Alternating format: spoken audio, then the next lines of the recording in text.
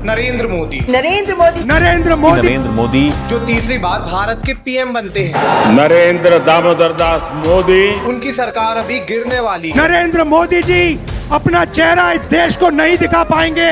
सिर्फ एक स्टेट के इलेक्शन से ये पॉसिबल है, और हमारे तो मुख्यमंत्री इतना बार पलटी मारे हैं। लेकिन ये कैसे होगा? अब और नहीं लूट सकता हूँ, इस्तीफा दे रहा हूँ। कैसे एग्जैक्टली मोदी गवर्नमेंट सिर्फ 2 महीने की बची है? आइए आज इस चीज को ब्रीफ में ब्रेक डाउन करते हैं। देखिए, कहानी की शुरुआत 19 अप्रैल 2024 को होती है, जब लोकसभा इलेक्शन की वोटिंग स्टार्ट होती है। ये वोटिंग 7 फेसेस में होनी थी और 1 जून तक सारी वोटिंग हो जानी थी। अभी तक 10 साल से मोदी गवर्नमेंट चल रही थी, तो इन्होंने एक बार फिर से हवा भरी थी कि इस बार ये 400 पार जाने वाले हैं। अब की बार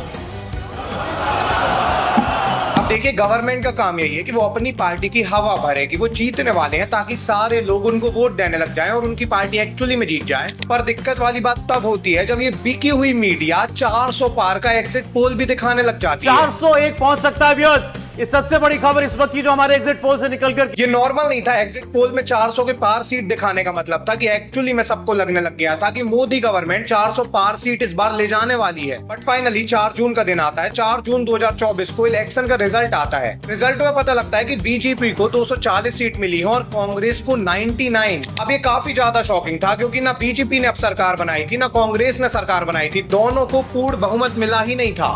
अब इस पॉइंट पर कांग्रेस या बीजेपी में से कोई भी गवर्नमेंट बना सकता था। जिसके साथ छोटी छोटी पार्टीज मिल जाती, वही गवर्नमेंट बना ले जाता।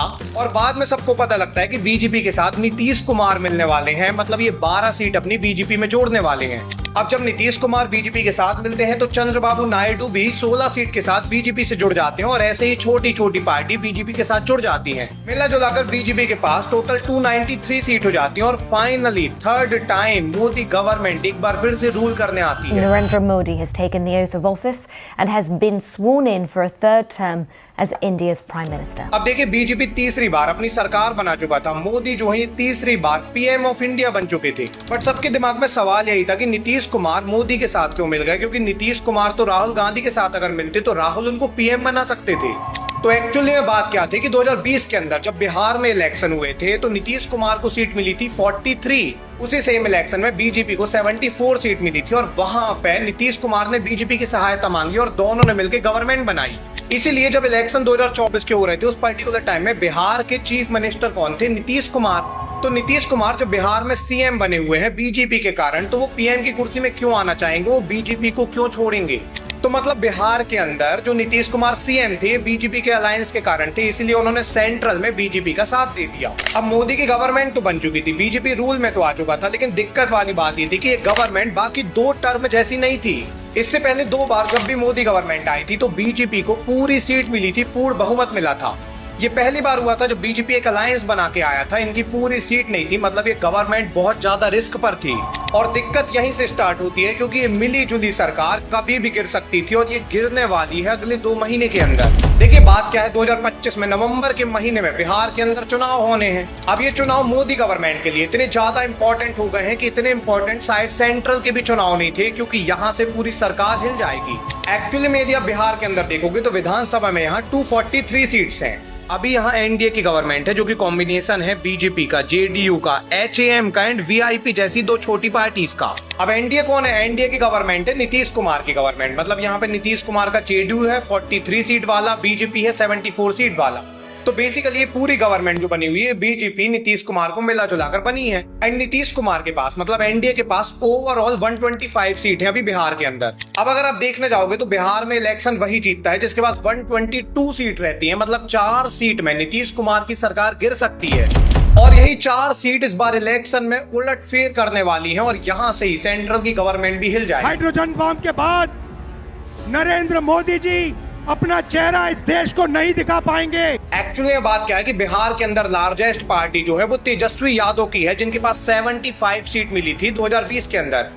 इनको 2015 में भी 80 सीट मिली थी, मतलब ये लगातार सबसे ज्यादा सीट लेके जाते हैं। इनके आसपास भी कोई नहीं रहता। इनके साथ राहुल गांधी की कांग्रेस है, जिनको 19 सीट मिलती है 2020 के अंदर, और ये महागठबंधन बनाते हैं बिहार में, और इनके पास टोटल मिला जुलाकर 110 सीट है। अब देखिए कमाल बात क्या है कि 2015 के अंदर बीजेपी को बिहार में सिर्फ 53 सीट मिली थी, 2015 में ही कांग्रेस को बिहार में 27 सीट मिली थी, मतलब कि कांग्रेस काफी अच्छा कर रही थी बिहार के अंदर। बट 2019 में सेंट्रल इलेक्शन जब हुए तो यहाँ पे मोदी गवर्नमेंट को 303 सीट मिलती है सेंट्रल के अंदर।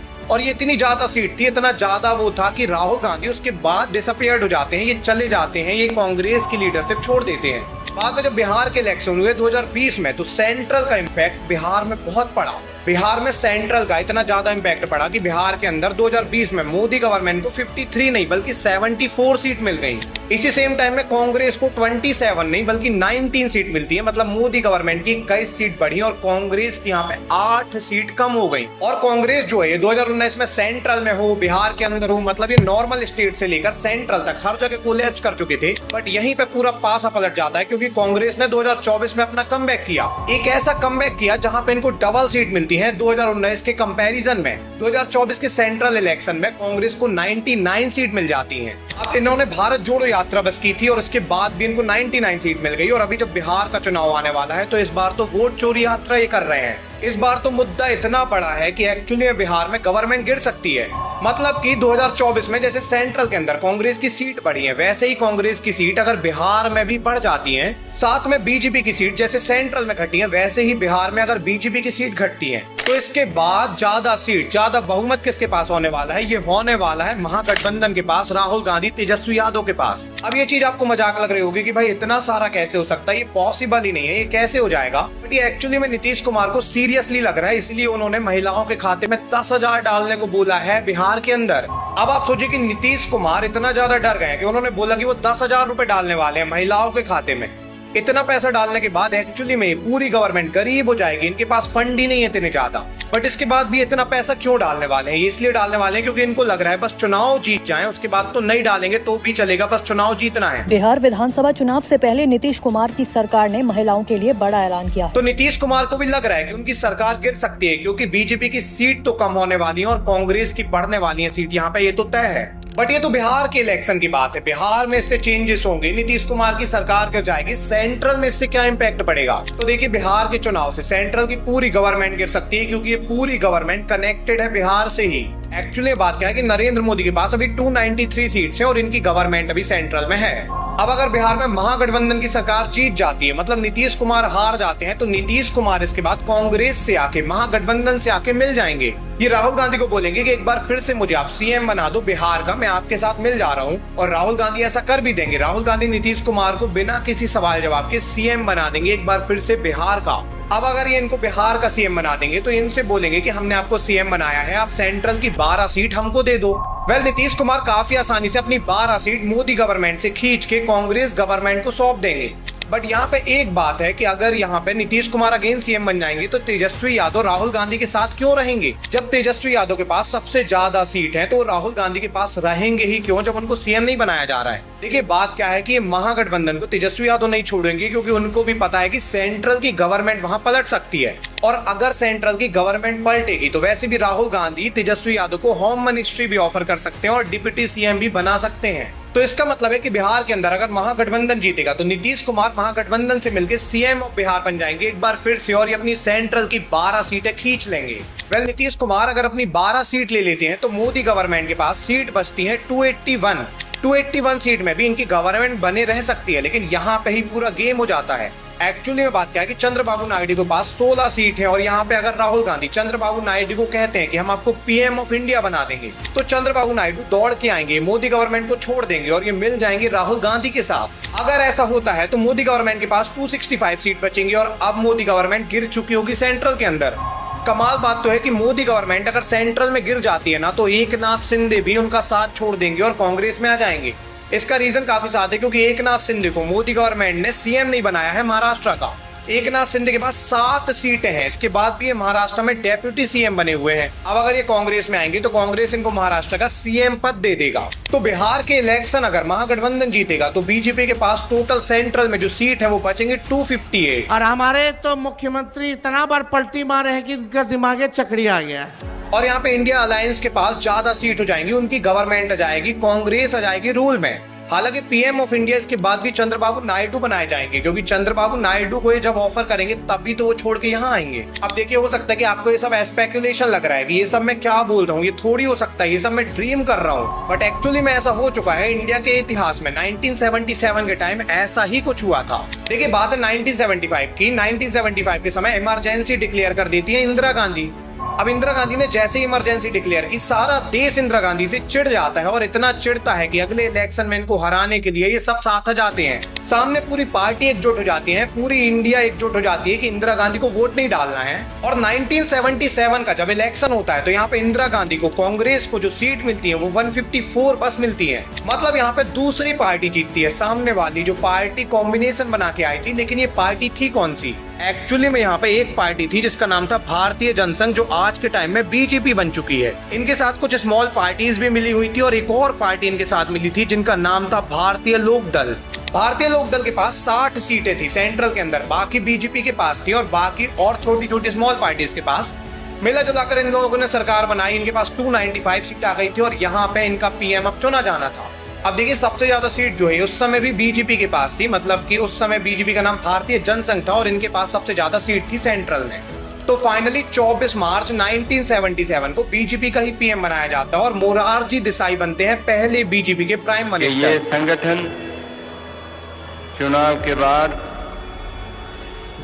जल्दी हम बना देंगे। वह सब कुछ सही हो रहा था, अलायंस जीत चुकी थी, बीजेपी की सरकार बन गई थी, जिनके पास ज्यादा सीट थी उनका पीएम भी बन गया था।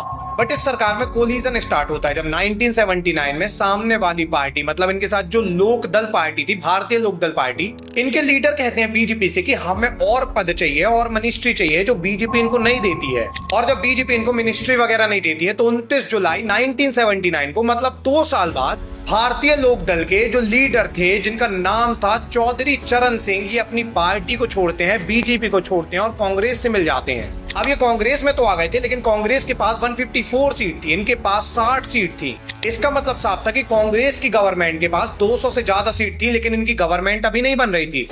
कमाल बात तो ये थी कि बीजेपी की गवर्नमेंट भी नहीं बन रही थी, क्योंकि बीजेपी के पास भी 272 सीट थी ही नहीं। मतलब इस टाइम में किसी की गवर्नमेंट ही फॉर्म नहीं हो पा रही थी। और इस टाइम में कांग्रेस ने अपने पास आ फेंके पूरी छोटी छोटी पार्टी को इन्होंने अपने साथ जोड़ दिया।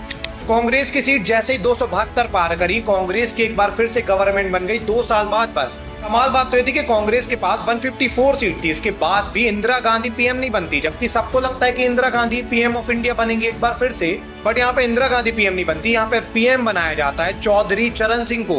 एक्चुअली में चौधरी चरण सिंह बीजेपी को छोड़ के इसलिए कांग्रेस में आए थे क्योंकि कांग्रेस इनसे लगातार कह रहा था कि हम आपको पीएम बना देंगे, आप हमारी पार्टी में आ जाओ। साथ में चरण सिंह ने जब बीजेपी से मिनिस्ट्री मांगी तो उन्होंने मना कर दिया, तो ये फटाक से कांग्रेस में जाके मिल गए।